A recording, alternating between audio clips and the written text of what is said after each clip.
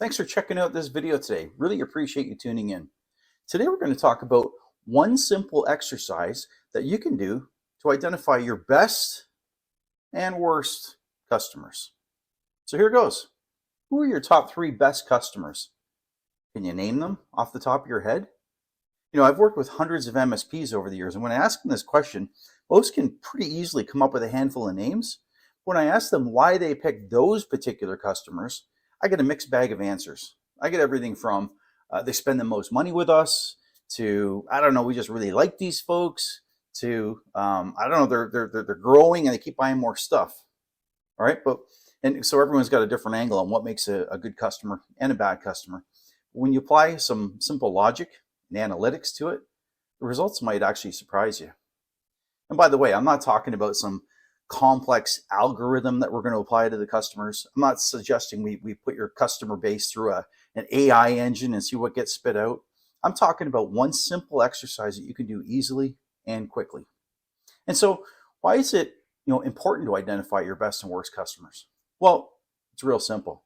Because you might be spending a lot of time with the wrong group. All right, so when you actually figure out who the right group is and you invest time with those people, watch your business skyrocket. And by the way, if you're looking for other guidance and advice on how to really build a company that's poised for hyper growth, there's a link at the bottom of this video to some free training that we provide. But let's move on. From my firsthand knowledge, here's a simple exercise that you can do to identify your best and worst customers, at least using my simple recipe. So here goes. The first thing we're going to look at is burden on my support team. All right, let's face it. Some people are easy to deal with and some people are difficult. So we're going to take this and figure this out from the start. So on a simple spreadsheet, down the left-hand column, I want you to list all of your customers. All right, so the column just to the right, I want you to put at the top of that column, burden on my support team.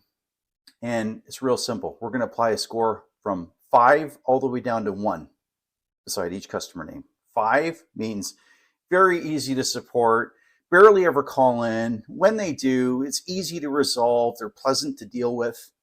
All right, and all the way down to a 1, which means multiple support calls. They're always angry. It's always an emergency. They're constantly escalating for faster resolution. All right, so 5 all the way down to 1 beside each of your customer names. The second category we're going to look at is their ability to pay their invoices on time and without a hassle. Like everyone wants to get paid on time, right? But not everyone sees it that way. So in the third column to the right, I want you to put at the top of that column, pays invoices on time. I want you to apply a score beside each customer name, 5 all the way down to 1.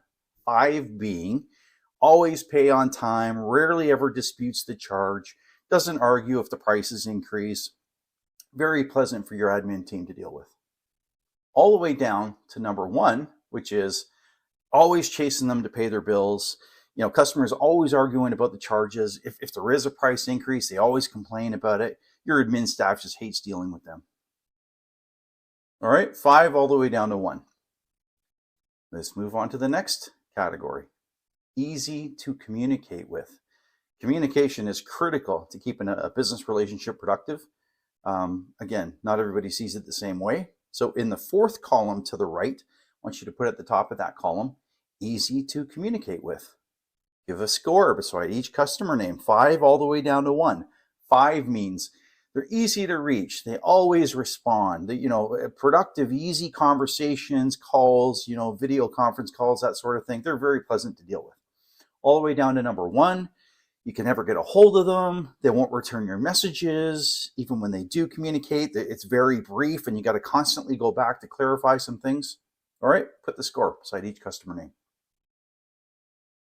The next category, I just call it customers I really like. All right, and I get it. This one's not overly scientific, completely based on your emotion, very subjective, and it's going to change over time. But we're still in a people business, so even this wishy-washy criteria is still important. All right, so in the fifth column to the right, I want you to put it at the top, customers I really like. And a score of 5 all the way down to 1. 5, I really love these guys. All the way down to 1, I really hate these guys. All right, go through it. The last category we're going to look at is called Show Me the Money. All right, finally, we're talking about financials and revenue and profitability. The customers that keep the lights on in this place. So because this one is so important, I'm actually going to give it a different weight element because it's critical to your company's financial health. All right, so in the 6th column to the right, I want you to put at the top, revenue and profitability, and put a score of 10 all the way down to 1 beside each customer name. 10 meaning this customer is in my top 20% of revenue and or profitability, and they are growing. All right, all the way down to number 1, which means this customer is in my bottom 20% of revenue and profitability, and they're either flat or shrinking. That's simple. Okay, last step is let's check out the scorecard. And I'm sure you figured it out by now. High scores are good. Low scores are bad. So your best customers are the ones with the highest scores. And these are the customers that are easy to support, pay their bills on time, and don't complain. They're easy to communicate with, are really likable people, and drive your company's revenue and profitability. So there you go. Should be clear, when you invest with your best customers, your business will grow and be profitable, and your company's morale will be very healthy. Look, good luck with the exercise. It should be some fun and hopefully shows you a different perspective on your customers.